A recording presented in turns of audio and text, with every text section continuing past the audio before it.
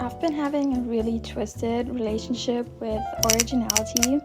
There's so much beautiful content that I see out in the world, and instead of being inspired by it and feeling fuller because I'm seeing somebody else's art and I enjoy it, I feel pressured, and I really don't like that feeling. For a while now, I've been feeling like originality is some sort of food chain or like a secret door that a lot of people have the access to and I somehow don't. And I really want to change my perspective on that. I think I already have the perspective of how I want to see originality in my mind. I just think subconsciously there's a lot going on, so I'm going to unpack that. And while I'm working and doing the things that I need to do as a 20-year-old artist, designer, and content creator, I am going to take you guys along and we're gonna go on this journey together. Chapter 1. Original Ideas and Starting Over. This is Loey. She's building her creative business, a meaningful life and a few too many projects at one. No one really knows where it's leading, not even her. But that's part of the adventure. You're welcome to stay for a while. I don't think I've really said it out loud before. I've been so afraid that I won't know how to be original when I need to be.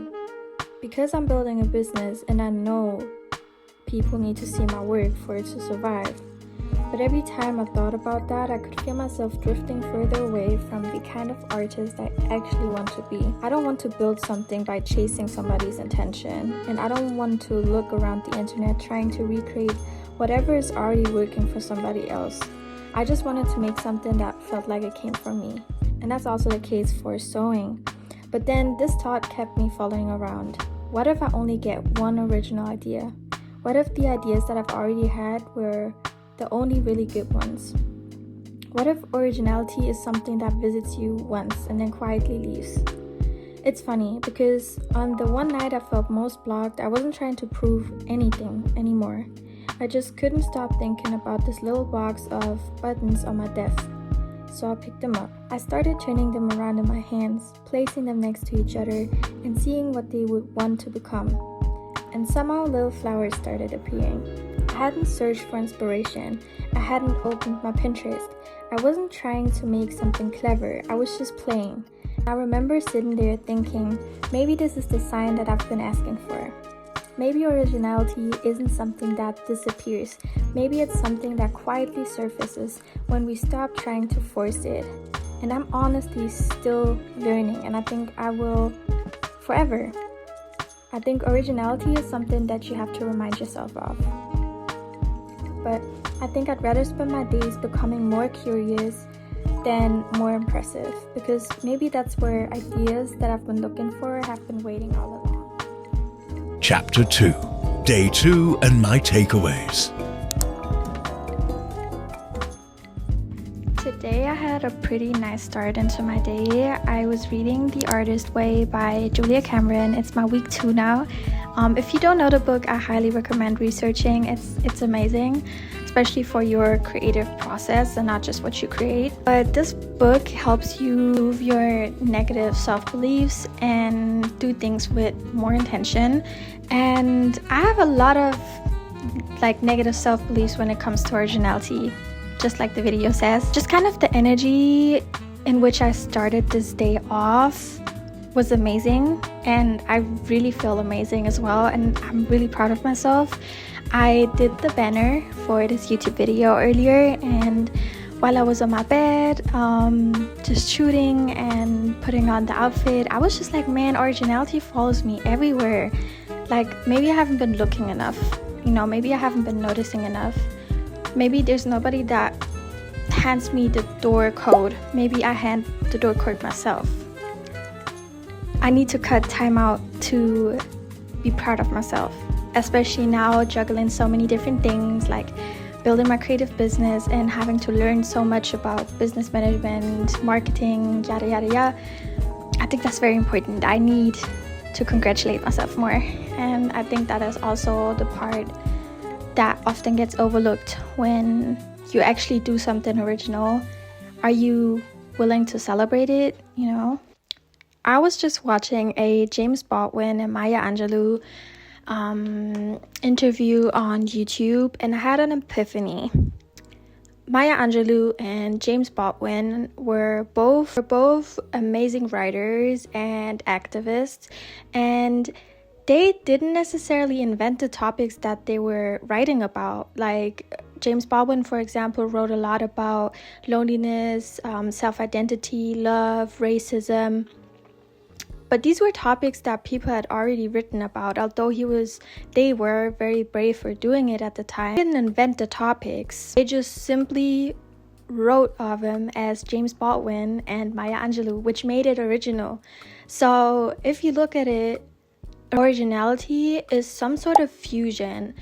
It's something that you're like deeply and enormously obsessed with, and everything that you kind of carried with you in life. If it's the people that you've met, the things you've learned, the places that you visited, or simply your heritage, all these things can be a fusion if you put them together with something that you're completely obsessed with. For example, the whole button and choker idea, I've seen it on Pinterest as well, but during this season, I've been looking through a lot of photo albums, and I've just been seeing how beautifully wild and colorful I was dressing when I was little. And don't get me wrong, I still do so, but I just kind of fell in love with my talent again, and this childlike energy has been around me a lot. So I simply, subconsciously, put these two things together and created something that feels like a grown-up me version with still love, but it has so much of that childlike spirit in it. Originality is more like a transformation than the invention of a new idea. Let me say it again. Originality is more like a transformation, a fusion, than the invention of a new idea. Write that down. I imagine everything that James Baldwin and Maya Angelou went through in life, they probably kept a notebook or a conversation with a friend or lover in their mind, and they probably just kind of collected new ideas, new stories, new pieces that they would want to write about or tell somebody about. They somehow collected that, if it was a notebook or a conversation, and when the right time came, it spilled onto a paper or it spilled into an interview. And I think I really want to collect more. Every single thought that I have could end up becoming something extraordinary. So I've decided to stop chasing originality. Instead, I'm going to make space for it.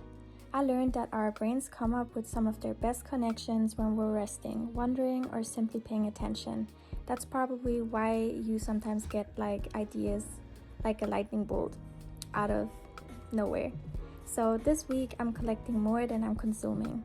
I'm paying attention to the little things that make me feel something, and I'm catching the moments that I tell myself I'm not original enough.